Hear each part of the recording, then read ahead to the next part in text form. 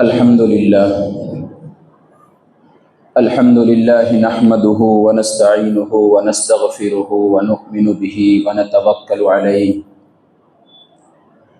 ونعوذ بالله من شرور أنفسنا ومن سيئات أعمالنا من يهده الله فلا مضل له ومن يضلله فلا هادي له ونشهد أن لا إله إلا الله وحده لا شريك له ونشهد أن سيدنا وسندنا وحبيبنا ومولانا محمدا عبده ورسوله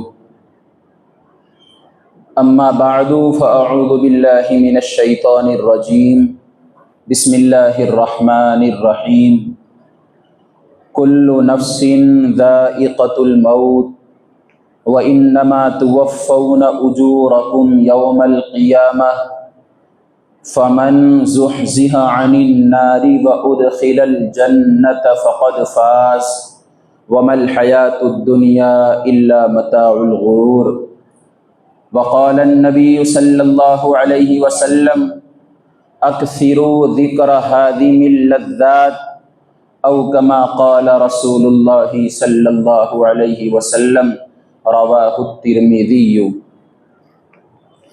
جگہ جی لگانے کی دنیا نہیں ہے، یہ عبرت کی جا ہے تماشا نہیں ہے، ملے خاک میں اہل شاہ کیسے کیسے، مکی ہو گئے لامکا کیسے کیسے، ہوئے نامور بے نشا کیسے کیسے، زمیں کھا گئی نوجواں کیسے کیسے، جگہ جی لگانے کی دنیا نہیں ہے، یہ عبرت کی جا ہے تماشا نہیں ہے۔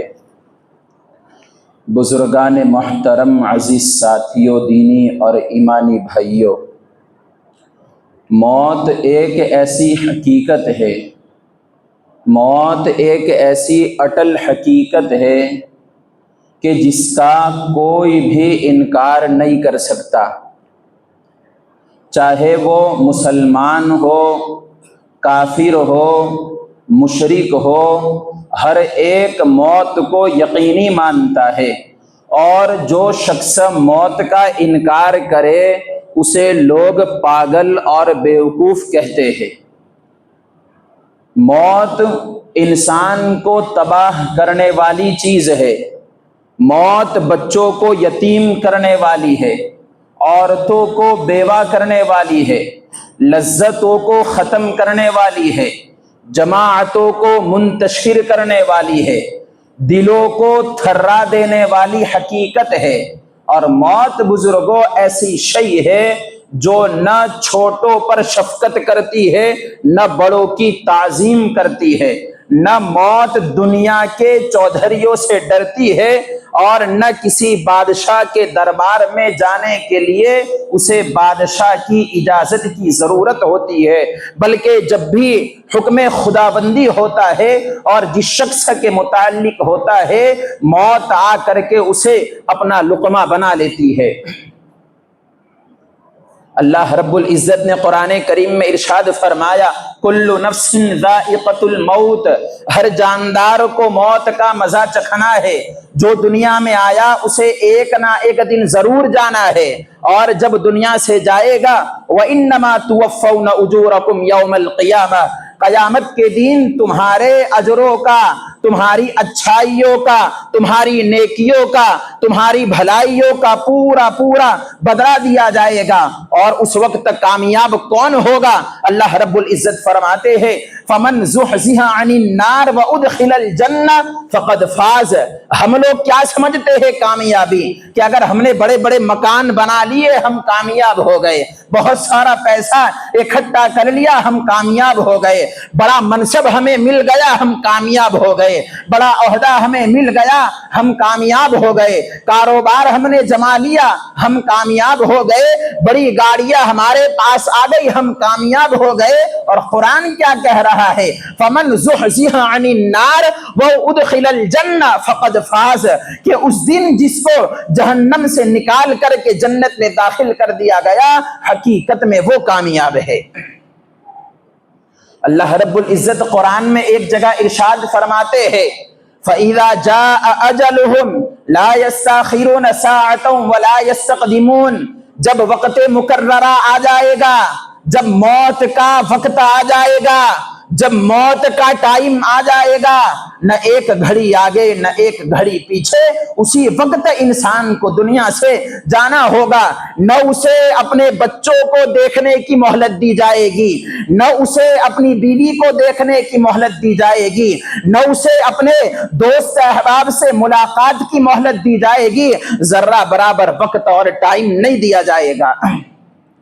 سے اللہ کے حبیب صلی اللہ علیہ وسلم نے فرمایا، عقل مند اور ہوشیار انسان وہ ہے جو موت آنے سے پہلے پہلے موت کی تیاری کرے۔ بتاؤ کہ ہم لوگ کیا تیاری کر رہے ہیں موت کے؟ موت کی کیا تیاری ہے ہمارے پاس؟ کیا ہمارے پاس ایسے اعمال ہے جو مرنے کے بعد ہم اللہ کو بتا سکے؟ کیا ہمارے پاس ایسی اچھائیاں ہے؟ کیا ہمارے پاس ایسی نیکیاں ہے؟ کیا ہمارے پاس ایسی بھلائیاں ہے؟ کیا اللہ رب العزت کے وہ احکامات پر عمل کرنا ہے جو ہم قیامت کے دن اللہ رب العزت کو بتا سکے؟ نہیں بزرگوں، آج ہم جو زندگی گزار رہے ہیں اللہ رب العزت کو چھوڑ کر بہت دور جا کر کے، نبی کریم صلی اللہ علیہ وسلم کو چھوڑ کر بہت دور چلے گئے، اور دنیا کی رنگینیوں میں ہم ایسے مست ہو گئے، دنیا کی عیاشیوں میں ہم ایسے بھول مل گئے کہ پیدا کرنے والے کو بھول گئے، کہ جس نے ہمیں پیدا کیا، جس نے ہمیں ماں باپ دیے، جس نے ہمیں اولاد دیے، جس نے ہمارے رزق کا انتظام کیا، جس نے رہنے کے لیے مکان کا انتظام کیا، جس نے ہماری روزی کا انتظام کیا، بتاؤ ہم نے اس کے لیے کیا کیا؟ ہمیں آج اللہ رب العزت کے احکامات پر چلنا مشکل معلوم ہوتا ہے۔ کیوں؟ وجہ یہ ہے کہ ہمیں اللہ رب العزت سے وہ محبت نہیں ہے جو محبت ہمیں کرنی چاہیے۔ اگر اللہ تبارک و تعالیٰ سے ہمیں محبت ہوتی تو ہم اللہ کا ایک ایک حکم ادا کرنے والے ہوتے۔ اگر ہمیں نبی کریم صلی اللہ علیہ وسلم سے محبت ہوتی تو حضور کی ایک ایک سنت پر عمل کرنے والے ہوتے، حضور کی ایک ایک سنت کو ہم زندہ کرنے والے ہوتے۔ نہیں بزرگوں، لیکن ہم بھول گئے ہیں موت کو، ہم یہ بھول گئے ہیں کہ ایک دن ہمیں دنیا سے جانا ہے۔ کیا ہم نے کبھی غور کیا؟ کیا اس معاملے میں ہم نے کبھی سوچا کہ جس طرح ہم لوگوں کی موت کی خبریں سنتے ہیں، میسج دیکھتے ہیں کہ فلاں ابن فلاں کا، فلاں بنت فلاں کا انتقال ہو گیا ہے اور اتنے بجے کا جنازہ ہے، اتنے بجے وقت ہے، کیا ہم نے کبھی یہ سوچا کہ ایک دن ہمارا بھی ایسا آنا ہے؟ ایک دن ہماری بھی اس طرح خبریں جائے گی کہ فلاں کا انتقال ہو گیا۔ کیا کبھی ہم نے سوچا کہ ایک دن وہ بھی آنا ہے کہ آج دوسروں کی موت کا ٹائم دیا جاتا ہے، دوسروں کے جنازے کا ٹائم دیا جاتا ہے، ایک دن وہ بھی آنا ہے، میرا بھی ٹائم طے ہوگا، آپ کا بھی ٹائم طے ہوگا۔ بزرگوں، کیا کبھی ہم نے یہ سوچا کہ ہم دیکھ رہے ہیں کہ مرنے والے کے لیے غسل کا انتظام کیا جاتا ہے؟ کوئی کہتا ہے بیری کے پتے لاؤ، کوئی کہتا ہے پانی گرم کرو، کوئی کہتا ہے اسے نہلانے کے لیے پاٹ لے آؤ، کوئی کہتا ہے جنازہ لے آؤ۔ ہم دیکھتے ہیں اپنی آنکھوں سے کہ ہم اس مردے کو غسل دیا جا رہا ہے، ہم دیکھتے ہیں کہ اس مردے کو غسل دینے والے اپنے ہوتے ہیں۔ کیا ہم نے کبھی سوچا کہ ایک دن وہ بھی آنا ہے کہ جس طرح آج یہ پاٹ پر لیٹا ہوا ہے اسے غسل دیا جا رہا ہے، ایک دن اس کی جگہ میں سویا ہوگا، مجھے غسل دیا جائے گا، میری غسل کی تیاریاں کی جائے گی۔ ہم دیکھتے ہیں کہ مرنے والے کو کفن پہنایا جا رہا ہے، کیا کبھی ہم نے سوچا کہ ایک دن وہ بھی آنا ہے کہ اس کی جگہ میں لیٹا ہوگا اور آج اس کو کفن پہنایا جا رہا ہے، مجھے بھی ایک دن اس طرح کفن پہنایا جائے گا۔ میں دیکھ رہا ہوں اور ہم دیکھتے ہیں کہ مرنے والے کے رشتہ دار روتے ہیں، اس کی اولاد روتی ہے۔ کیا کبھی آپ نے سوچا کہ ایک دن وہ بھی آنا ہے کہ ہمارے جانے پر ہماری اولاد روئے گی، ہمارے جانے پر ہماری بیوی روئے گی، ہمارے جانے پر ہمارے دوست احباب روئے گے، ہمارے جانے پر ہمارے رشتہ دار، ہمارے متعلقین روئے گے؟ ہم دیکھتے ہیں کہ مرنے والے کو